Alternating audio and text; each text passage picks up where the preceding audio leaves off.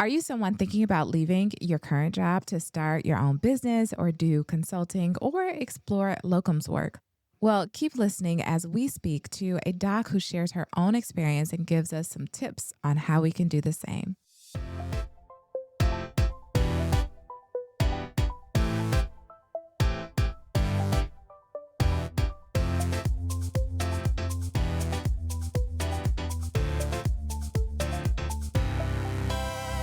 Hello, and welcome to the Wealth Minded MD podcast with your money best friends. I'm Dr. Brittany Helford. And I'm Dr. Alicia Taylor. And of course, we're here to help you build wealth and make good money decisions so you can create the life you desire with more control over your time. Alicia, can we talk about life insurance for a second? Because I feel like this is one of those things that people either avoid or overcomplicate. Exactly. And honestly, a lot of us think we need these big, complicated, expensive policies when in reality, most people just need a solid term life insurance policy that actually protects their family. And that's why we love working with PKA Insurance Group.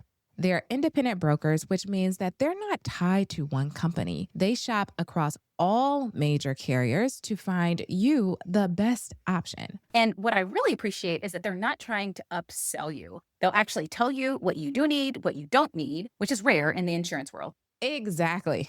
Whether you're getting coverage for the first time or you already have a policy, they'll review what you have and let you know if it's solid or if there's something better or more affordable out there. So if you've been putting off life insurance or wondering if you actually have the right policy or if your current policy is a good fit for you, this is your sign. Reach out to PKA Insurance Group at pkainsurance.com or call 1-800-258-1018 to get started. And don't forget to tell him that we sent you. Also, the link is right in the show notes for your convenience. So click the link and get started today.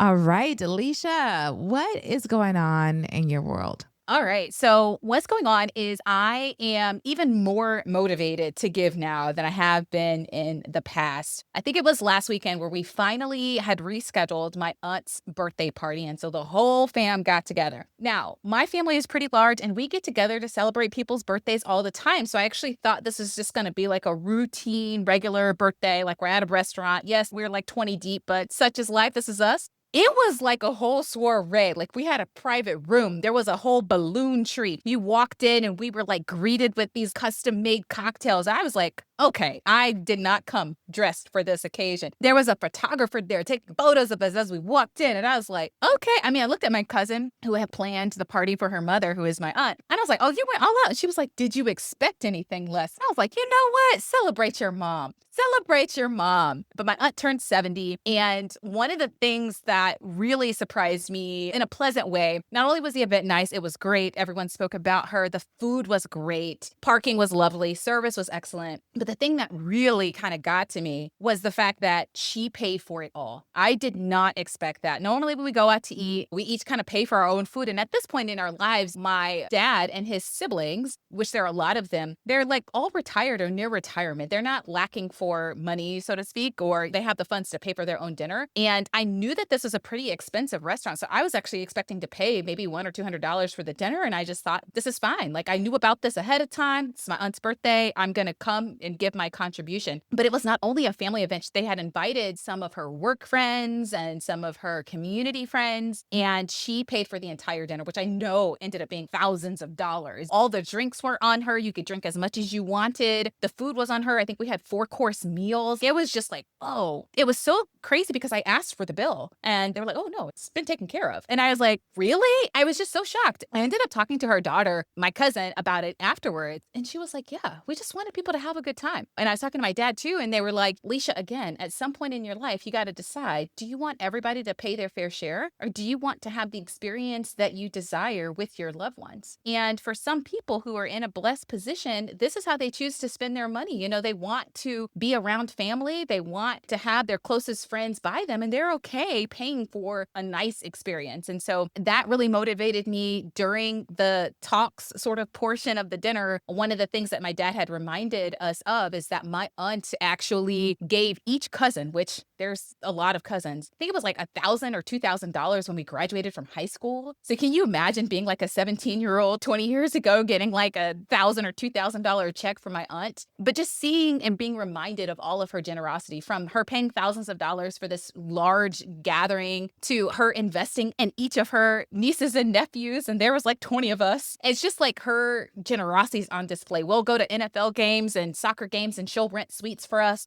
And when you look at her, you don't think like, oh, she's some multimillionaire, because she is not. She just saved and invested her money very well. Happened to be at a job for a long time and got a good pension fund. Just got great retirement stuff. But one of the ways that she chooses to spend money is by giving to others. And I think her spirit of generosity has really poured out on me even more so. And now I'm trying to think about what are the different ways that I can sort of do the same thing and leave a legacy of generosity. Oh, I love that. And go, Auntie. She's turning 70. She wants to celebrate herself. She wants to dress up and have an experience. And so I really appreciate that she was able to create that moment for herself, because I think one of the things that we do, as you have mentioned, like your aunt has been so generous to pour out into you all, but we don't pour back in ourselves. And so I think, yes, it's a great demonstration of generosity, but also self investment, and how it's okay for us to celebrate ourselves and to spend a little bit of money in doing so. So that's what I'm learning. Shoot, maybe I need to put on my own birthday party, but I'm gonna pay somebody to plan it, because I don't want to do that. Well, I think this segues nicely into our interview for today, right? Because she was able to do that because she had the money to do that. So that means looking into how can you craft a life where you have the money that you desire and you can live the life that you desire. And I think for a lot of people, yes, it's maybe having a really great job, but it also might be through entrepreneurship and taking charge of your life. And so I'm really excited to delve into this interview today where we get to talk to somebody who's doing that very thing. All right, people, we have Dr. Naomi Lawrence-Reid. I'm going to call you Dr. Naomi for just convenience. Oh my gosh, I am so excited to be chatting with you. I know we have met each other and chatted before, but Leisha and our audience don't know as much about you. So please take a moment to introduce yourself. Thank you for having me, ladies. I'm so honored to be here. I am Dr. Naomi Lawrence-Reid. I am a board-certified pediatrician. I'm also founder of Doctoring Differently, which is a company I created 6 years ago based on my own experience of wanting to know my alternative career options in medicine, but not having a mentor, not having a blueprint, not having any teaching or training, as so few of us get, around opportunities outside of full-time clinical practice, learning negotiation, learning resignation, learning about starting a independent physician venture in terms of S Corp and LLCs, and just how to navigate the world as an independent physician. So in addition to still doing a lot of the clinical and non-clinical things that I teach, I have a full platform, a full educational platform, a digital course, and an online community of physicians to teach doctors how to work in new and innovative ways. Okay, well, I'm intrigued. Okay, I am Dr. Leisha Taylor. I know that we haven't met before this podcast, but I am excited to get to know you, girl. All right, so can you share with me personally and our audience, sort of walk us through your path in medicine? I know you mentioned you're a pediatrician, so you love kids, but what ultimately pushed you toward entrepreneurship and non-traditional career choices? Well, let me start off by saying I would have never thought I'd be here. I think when we think back to our college and maybe med school journey, we can probably pick out the few people in our classes that was like, oh, they're going to start their own businesses, companies. They're on that path. They're on that track. If you went to a med school that had an MBA program, mine did not, but those people declared themselves either vocally or non-verbally early. I was not that person. I went to the University of Massachusetts Medical School. I'm from the Boston area. I quickly, maybe halfway through med school, decided children smell the best and don't make the worst smells that adults do. So peds felt right for me. And went on, in med school, matched in pediatrics, did my residency in New York City. And after my first year, thought maybe I want to work in the peds ER. I kind of like the people down there. I like that energy. I like their personalities. I like the medicine. I do not need continuity like that. And that was my understanding where I was headed, I thought. And I was just trotting in line, doing what I was supposed to do, as we all do in our academic medical career paths. I'm taking the boards and taking service and call and doing it all and thinking, okay, I'm just going to keep on going. I ended up moving to San Diego after I graduated residency. So I did not want a match determining where I lived. I just did not want that. So I simply, at the end of residency, moved to Southern California, to San Diego, and began working in a PZR down there. I ended up working in that PZR for about almost 3 years. Now, let me start. I'm going to just take you back to that first job, that first attending job. My starting salary was $125,000 a year. And now, if you have any non-physician listeners, they may not know that pediatricians are paid the lowest of any specialty across the board in medicine. At the end of residency, as we were all, my whole class, there were almost 30 of us, starting to get offers and talk about our first jobs, we asked our program leadership, hey, can you help us? Should we negotiate? Can we talk about this? What do? We feel like we're just being, after 30 years of training, getting our first jobs, we feel like we're just being tossed without any preparation. And she just looked at us and said, don't even try to negotiate your salary. It doesn't work for doctors. It just definitely doesn't work for pediatricians. And so just be grateful. The attitude of just be grateful you have a job, be grateful you're not a resident, be grateful you just get to start your career.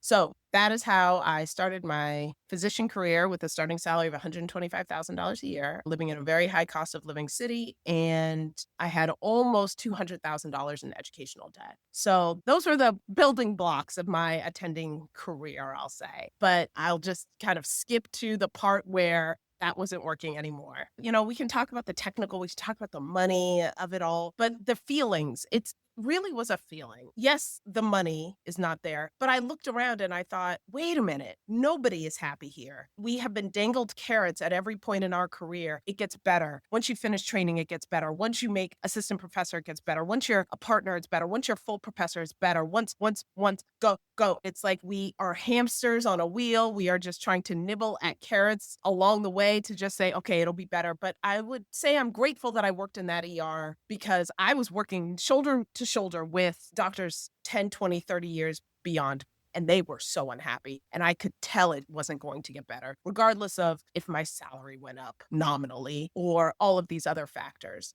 So I'd say over those few years, I really began to say, okay, I have no control over my schedule. I have no autonomy. I cannot negotiate my salary. I'm working in an ER, so it's overnights, weekends, holidays, and I have no control. And oh, wait, I can also see this doesn't get better. And I can't delude myself into thinking that it will or it does in this current metric of what we have been taught as physicians is the right way, is the proper way, and the acceptable way to practice, the only way we're taught. So at that point, I will say all of those feelings, I'm sorry to, in the interest of time, but I wanted to give you a background into like how I felt before my actions, because so much of what has to happen inside precedes and informs then what we do in terms of an action or a major life event. So those were kind of my feelings and thoughts leading up to my eventual decision to resign and do something new. Well, you just left a cliffhanger there. Okay. I feel like I needed to take a break just because I was talking so much, but I will keep going. Okay. Well, I just want to say, Alicia and I, we talk a lot about just the psychology of money and how much that impetus plays into our behavior. And I appreciate that you looked within. How am I feeling about this job? And then looked externally. How are other people feeling about this job? Do I want to be feeling that way, not just today, but also 5, 10, 20 years down the road? It seems like a light bulb went off at that time. All right. So tell us the rest. Tell us the rest. Yes. So yes, thank you. I give the story a lot and I rarely lead like I just did with my feelings and emotions, but that's all we are, is feelings and emotions. So I'm happy to share that part with you. I would love to think I reached this just zenith of enlightenment, at that moment decided, oh man, there must be more for me, and run out of the hospital with my white coat blowing. And that's not exactly what happened. Let's say November of 2016, I walk into a shift in the PTR. Now, anyone who's worked in an ER, consulted in an ER, there's a tiny little office in the back in the fast track area where I was working, where they put a lot of pediatricians. I walk in and there's 2 desks, 2 chairs, 2 computers. That's our little charting office for our shifts. And I walk in and the armrest off one of the chairs is broken all the way off. There's shards of metal just sticking up on the side. And that was the chair available for me for that shift. And there's a little Post-it note on the computer that says, administration is aware. We're working on it.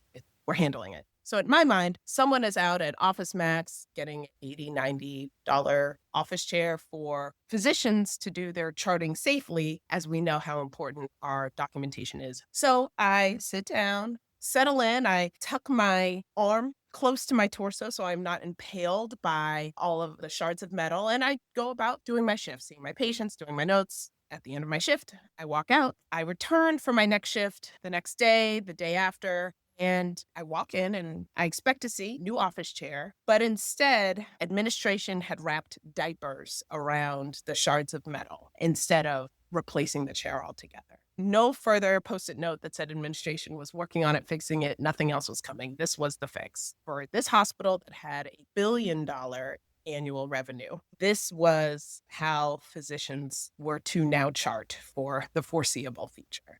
Stood there for about 15, 20 seconds. And those almost 3 years of this low salary, high cost of living city, this non-negotiable situation, no autonomy, no control. And now we've got diapers on the chair. That was a boundary that I didn't know. I simply did not know that that was my line. I would have never thought. But in that moment, without a plan, this is just shout out for people who don't have a plan necessarily, I went home and submitted my letter of resignation that night. I knew I deserved more and I deserved better. This was a place that had already taught me it wasn't going to get better. And I knew that I had the skills, the education, the expertise, the experience to do more and do different, whatever that was, but I couldn't stay there. Okay, honey, you were like, they didn't fix the chair, I'm out. And I think a lot of people have their own chair moments at their jobs. They absolutely do. Maybe their chair moment is something completely different, but we all have our breaking point, and we may not all be aware of what that breaking point might be ahead of time until we are faced with it. But I think all of us have probably experienced similar. And I think one of the things that you did that maybe other people might be afraid to do is take action and take a risk and bet on yourself in that moment. I think so many people are like, oh, I can't quit because I have bills to pay. I can't quit because what would I do? I can't quit because I don't have a job lined up. And I'm not saying that you should make decisions in haste, but I do think there is something valuable to be said about the person that is willing to take a bet on themselves. So I love that about you. But again, another cliffhanger. What did you I do? know. Now that you think this I out? know. I'm sorry. I'm chopping it up a little bit. You are absolutely right. I know that the word risk will come up a few times, and I just would love to make that a risk with a lowercase r, please. I think that as physicians, again, I'm going to get a little existential. We are so risk averse. We self-select as risk averse people who are obedient, who do what we're told. We want to be spoon fed information. We want to be given permission to do absolutely anything and everything. And that's how we're trained, right? We grow, our medical training is very patriarchal. It's near militaristic. It's very much orderly. You do what you're told. You teach the next. We fall in line. That unfortunately extends to our attending experience. And we still expect and want that permission. But I just want to say the risk, the R that we're talking about, is a lowercase risk. It's a lowercase r. I think that any physicians listening, just know you have what other people don't have. You will always have a job. You will always have lucrative job opportunities and career options. Always. You leave a job, you can get another job. Okay. If you are board certified, you have active medical license in any state, you have income potential. So I want to make that entirely clear because, well, we're not exposed to the full breadth of our career options. We tend to stay in one job for far too long, in my experience. We are not agile in our understanding of finding and looking at different jobs and looking at different opportunities. We want to stay with the nurses we like, the staff we like, the EMR we know, and we're creatures of habit. And so that feels that quote unquote safety for us is so comfortable because that's all we know. Anyway, that's the backstory of that. And again, you're talking to me 10 years, nearly 10 years after that incident. I'm much more evolved and I've thought about this. I would love to think I had all of these articulate feelings and emotions at the time. I did not. I just knew that you weren't going to put diapers on my chair. Like that wasn't going to happen. In addition to all of the years I felt inadequate treatment as a physician in that department. So just so you know, it was the final straw. It was not the whole bale of hay, but that really was the final straw. And you're right. Every time I share that story, doctors come up to me and say, girl, I work in a 10-story children's hospital and the elevator broke. And don't worry, the one to the C-suite still functions. But for 3 months, us doctors had to traverse 10 flights of stairs to get from the ER to the PICU. So I get many diaper stories from doctors that way.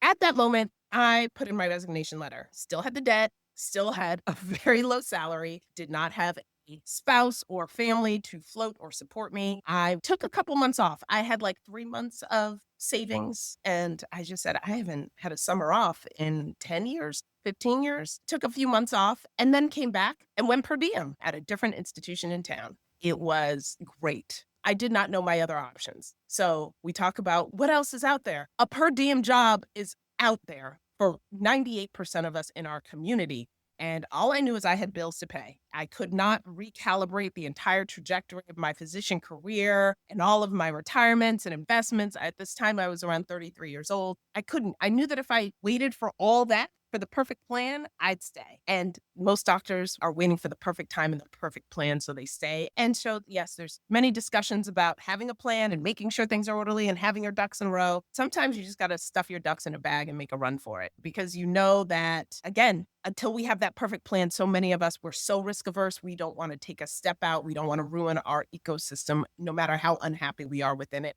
So I went per diem. At that point, as a per diem, I'm paid hourly. I was making at the time $100 an hour. I mean, not a lot, again, but it still felt like such an important action and step. I was able to decide exactly when I worked. I could choose to work a weekend or not. I could choose to work a holiday or not. In this per diem role, there was a little after hours care, but it always ended by 9, which, having come from the ER, was a big blessing. So that per diem role changed everything. And so when I talk to physicians who are just looking for that off ramp and exit out of a full-time clinical, full-time academic situation, per diem jobs are clinical. They're in your community. It's familiar work, a different institution maybe, or you could go per diem where you are. It's just a really, in my experience, a low-hanging fruit to be able to just say, I need out of the academic wheel or the full-time clinical wheel.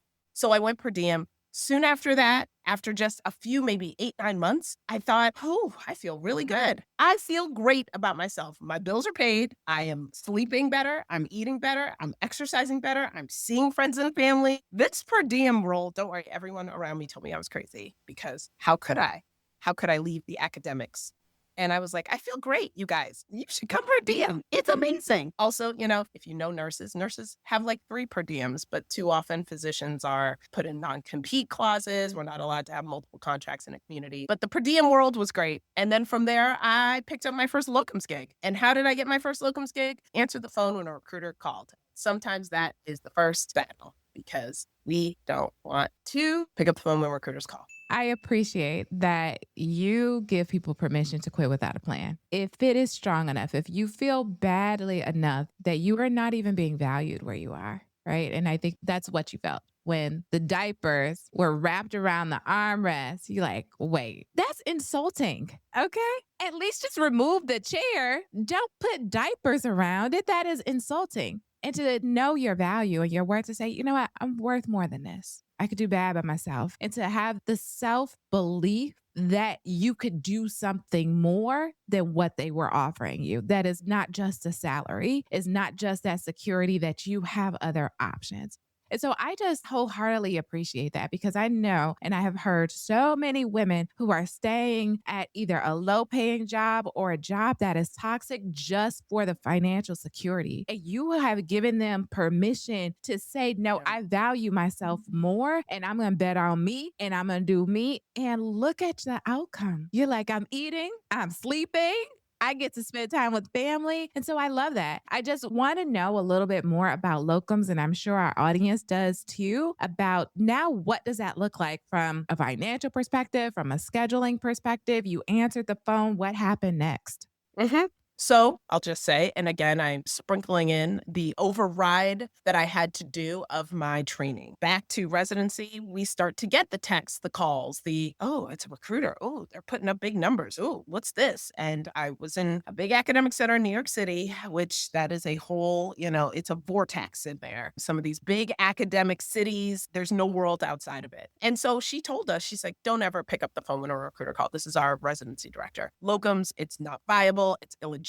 Only doctors who have either licensing issues, only they do locums, or you'll be in a 3-month assignment in an A state. No shade to anyone from an A state, but Alabama, Arkansas, Alaska have always been very far from where I live. But those are the kind of states we were seeing as East Coasters. It was just like, don't engage. It's not for real doctors. So that is the mindset which I entered my first academic job. So after, we're roughly 4 years from residency at this point, and I thought, I did everything I was supposed to do. I got the job I was supposed to do. I didn't negotiate like I was told to do. I did it all.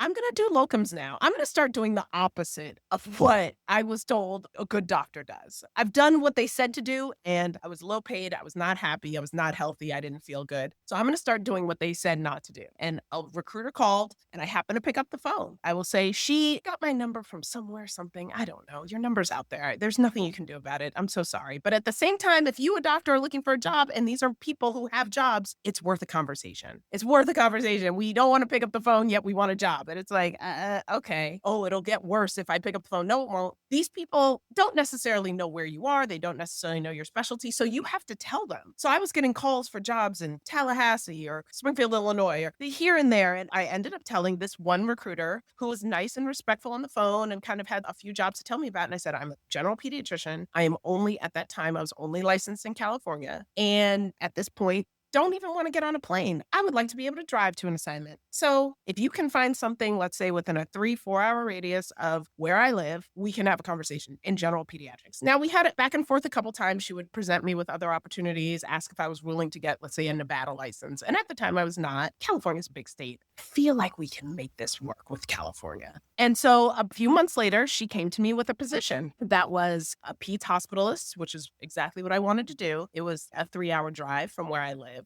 And her starting offer was $1,500 per day for like 24-hour shift. This was like newborn nursery with a little bit of ER on-call coverage. And then I would be paid $200 an hour on top of that for any time I walk into the hospital. So averaging roughly probably around $2,000 or so a day, which from where I came from my old salary, that sounds great. And I picked it up and I started doing that. Now, not all locums are like this. And I understand the scheduling is difficult or can be tricky for some. But this is an opportunity that lasted for years for me. In terms of scheduling, that was the highest paid thing I was doing at the time. So that got priority in my schedule. So if it's 1 week away, I would never do more than 5 or 7 days away from home. But I was coming back home with more money than I was making in a month at my old job. So I would prioritize, okay, it's the first week of every month or the third week of every month, booking out probably 3 to 4 months in advance. And then all of my other kind of life obligations, opportunities, other things, those other weeks I knew I was back home, I would put those in. So that is how locums started to begin for me. And oh, by the way, I had an amazing experience. These smaller community hospitals are delightful. The nurses are delightful. They are so grateful. I think a lot of the thought is, oh, this rural hospital, I'm going to be Dr. Quinn, medicine woman. They won't have any opportunity. They won't have any of the things I need to do my job. I'll be in the middle of nowhere. It's really not that. These are community hospitals. These are good people. It's a smaller opportunity. But in a lot of our minds, if we're trained in these big cities, big hospitals, there's a bit of elitism that these smaller community hospitals are lesser than. And that's not necessarily true, but it's really an economic principle of supply and demand. They need doctors, so they'll pay for doctors. Big academic hospitals, they know they don't have to pay you. They really don't. These Ivy Leagues or these big hospitals, they look at you and they're like, of course you want to live in San Diego or LA or Chicago or New York. Like, of course you do. So you're not going anywhere. And too often we don't. But these smaller hospitals really do pay a lot because they know they need to entice the labor to work. We're the labor, we're the prize. All right. So you decided to quit that job. You did per diem work, AKA locums work, AKA you betting on yourself. You're working for yourself instead of being a W-2 wage earner. You're now a 1099 income earner. So there's a lot that comes with that. And whether people listening are physicians like us or in other high paying fields, you can probably relate to that in some way, right? She quit her quote unquote secure job to go bet on herself. But what does that mean from a monetary standpoint? I know you mentioned that you were getting paid more, which, okay, but also there are other things that come with that, right? Now, instead of getting all these benefits and paid time off and maybe you get your malpractice covered, maybe you don't, maybe you get your health insurance covered, maybe you don't. But if you've got to buy your own health insurance, think about what are you doing from a retirement standpoint? Did you set up a solo 401k? How did you handle paying quarterly estimated taxes? These are some of the fears that I think keep people from doctoring differently. Absolutely. So I guess my question is, how did you handle some of those kind of factors?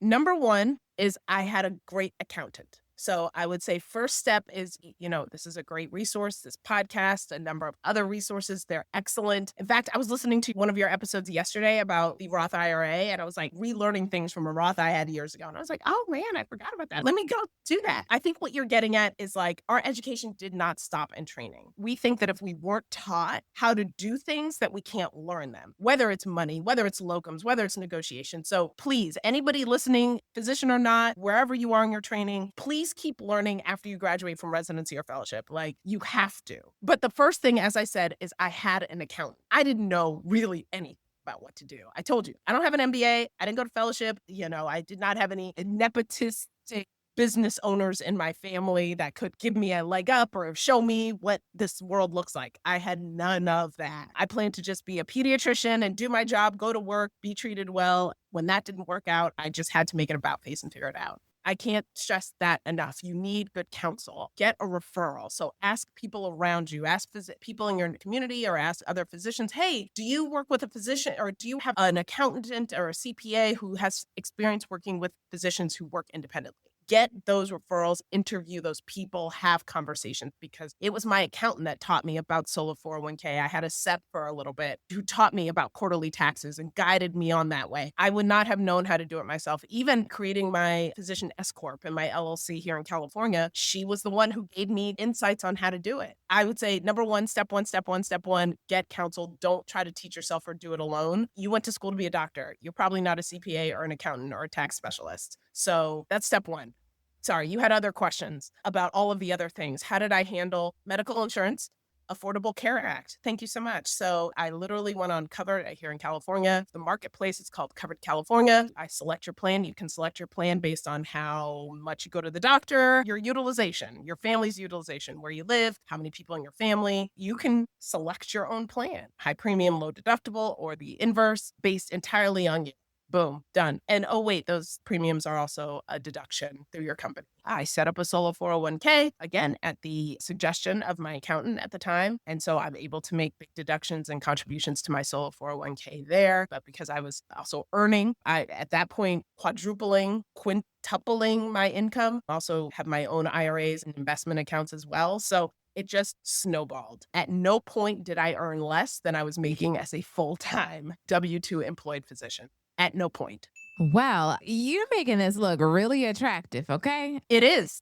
I'm glad. I appreciate that. And I appreciate that you kind of highlighted your own experience with academia, because for many of us, what we know, we go through training, and in that training, we are molded to think a certain way, to have certain beliefs about medicine, not only just the practice of medicine, but how we ourselves should practice within this career. But I got to ask, what are the biggest downsides or risks of locums, especially for a physician? And who would you say it's not a good fit for? I'm going to put, again, risk, lowercase r, because I know risk. We're always calculating it at all times. Staying where you are will almost always seem better than like an unknown thing. And so I get that. Risks of locums. Here's the thing. I'm going to try to put this in a nice diplomatic way. Once you understand the landscape of locums, which I get from the outside, for many of us, we don't. But once you understand, listen, I can negotiate. Some of us have never negotiated once, or we were told, like I was, you can't negotiate. So we come into those conversations with locums recruiters and we just feel like, well, I just have to do what they're told. We don't negotiate. Once you know how to negotiate and articulate what you want and what you need as a physician and adapt that feeling of, I'll have a job. This is for me. You have to have that feeling, but also know, like, listen, I can potentially do multiple things. So I can have a couple of locums assignments or contracts, I'll say, so that I'm never without income. It's not like I just have this one locums assignment, this one contract. If it falls through, I have nothing. I have no income that month or for a few months or something like that. So I think once doctors develop a little bit of that agility, within Doctoring Differently, I teach having multiple income streams because I don't believe that any of us should really have just one thing as a doctor. I now use the analogy of circuits. We all remember from physics, you've got parallel circuits, you've got series circuits. Listen, if a career in series, you do one thing after another, after another, after another, if one of those things is interrupted, the light bulb goes out and it's not coming back on. But if you have a circuit in parallel, if you have multiple income streams, one has a low month, doesn't matter. The light's still going on because you have other streams. I haven't quite yet talked about the non-clinical things I do, but those have also really supported a lot of the work that I do with locums. I was fortunate to find a locums assignment that had a great need. It was in a somewhat rural, not desirable place to live. So they relied, and so many community hospitals rely solely on locums. And they have to bring doctors in because it's a place where doctors generally don't live, if it's not a great school system, doctors with kids don't want to live there. So they rely on locums a lot. So I'll say that. Who locums may not be for. It's tough for me. I'm such a proponent.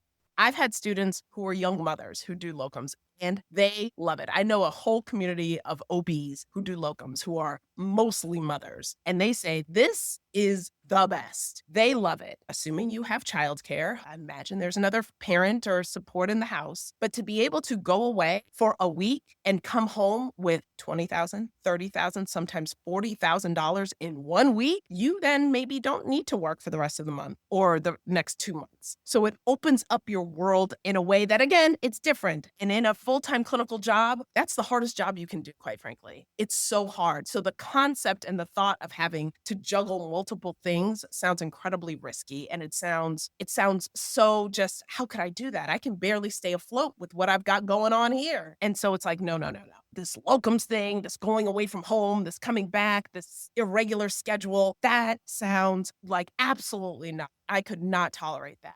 Yet you potentially will stay in a job that doesn't excite you, doesn't respect you, not for you anymore, but it's the comfort and security of why you stay. So all that to say about locums. Now, I personally don't have children, but I've worked with a number of women who do, and I am a part of a number of communities that are strictly for mothers who do locums. The joy I see in these women, when I talk to women, I say, listen, I'm proposing you're away from your children for a few days. But imagine, instead of walking around like a shell of yourself, when you're at work, guilty, you're not with the kids. When you're with the kids, guilty, you're not finishing notes, and you're just burning both ends, and you're so exhausted. And I watch you and I see you. And as a pediatrician, I see you in clinic too. Like, it's so much. I said, imagine, okay, you have childcare, kids are safe. You go away from home for maybe 4 or 5 days. You lock in at work. You are just doing what you need to do. You're coming back to a hotel bed with, a high thread count. You're getting room service and you've got Netflix on a big high definition TV, and you FaceTime those kids and you read them a little story at night and you kiss them goodnight and they go to bed, and you sleeping in a big bed by yourself. And then you're coming home at the end of that week with $25,000, $30,000. And they all look at me and I see that look in their eye and they're like,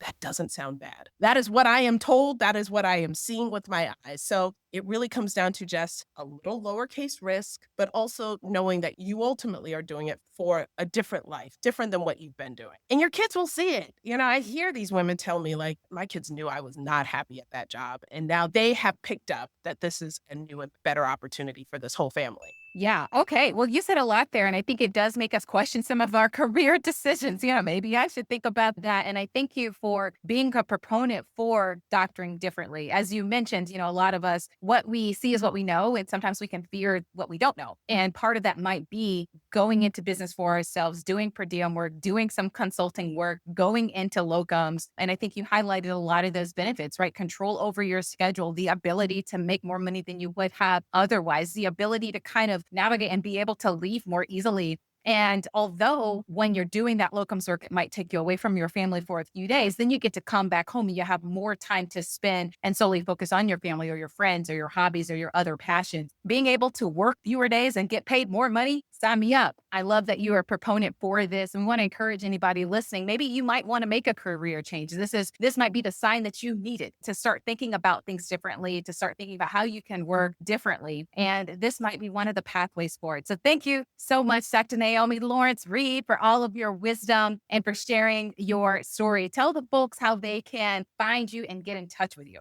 Sure. So you can visit doctoringdifferently.com or at Doctoring Differently across all social networks. I love it. I love it. Well, thank you so much for joining us today. I'm sure the folks listening were very inspired. I know I was. Brittany, I'm not sure if you have anything else to add, but thank you so much again, Dr. Naomi, for everything. Yes, thank you. I just appreciate hearing your story every single time I hear it. So thank you so much for sharing it. And every time I get different pieces. So you are a wealth of knowledge. Please check out Doctoring Differently. And we look forward to connecting with you again soon. Thank you, ladies. All right. Oh my gosh, Leisha, that was such a great conversation that we had with Dr. Lawrence-Reid, where she shared how she took a risk on herself, how she owned her expertise and her authority and leveraged it for good, and how she is also teaching other physicians to do the same. I felt inspired. I don't know. I'm thinking like, hey, could I be doctoring differently? Maybe. So that was a great conversation.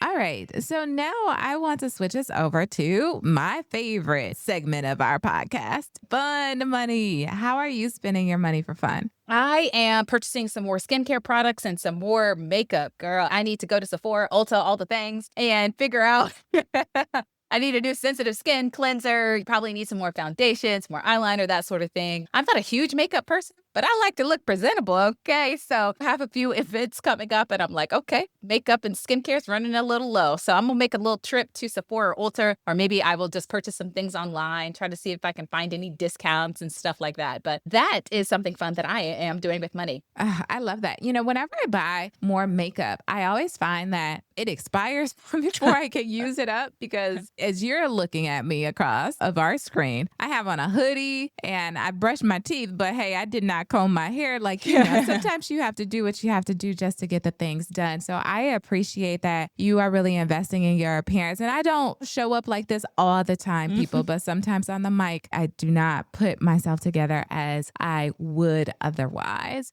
I'm thinking about like putting yourself together, investing in yourself. And I've talked about this before, but I'm spending my money on a massage because that's how I get to relax. I love the Thai massages when they walk on your back. I had my kids doing that the other day and I'm like, oh, this does not feel the same. Yeah. I need to spend some money on the experts. So that is what I'm spending my money on. I gotcha. All right. You have to let us know how that Thai massage is. I don't know how I feel about people walking on my back, but if you like it, I love it. All right. So you have to report back to us. All right, people, I want to say thank you for listening to this podcast. Please rate this podcast. Give us 5 stars because it helps us to be pushed out to more people. And we want to continue to serve you and others making wise money decisions, wealth-minded money decisions. All right. Until next time, we will see you on the next episode. Hello, everybody. It's me, Brooke. I'm recording a little disclaimer for my mommy, Dr. Brittany Halford, and her friend, Dr. Lisa Taylor. Just so you know, they're not financial advisors, tax professionals, lawyers, or financial planners. Everything you hear is for education and entertainment. It's not strict financial advice, you know. So use your best judgment, chat with a tax professional, and all those other people that you need to talk to. Thanks for tuning in today. Keep cruising on your journey to wealth and wellness. Bye-bye.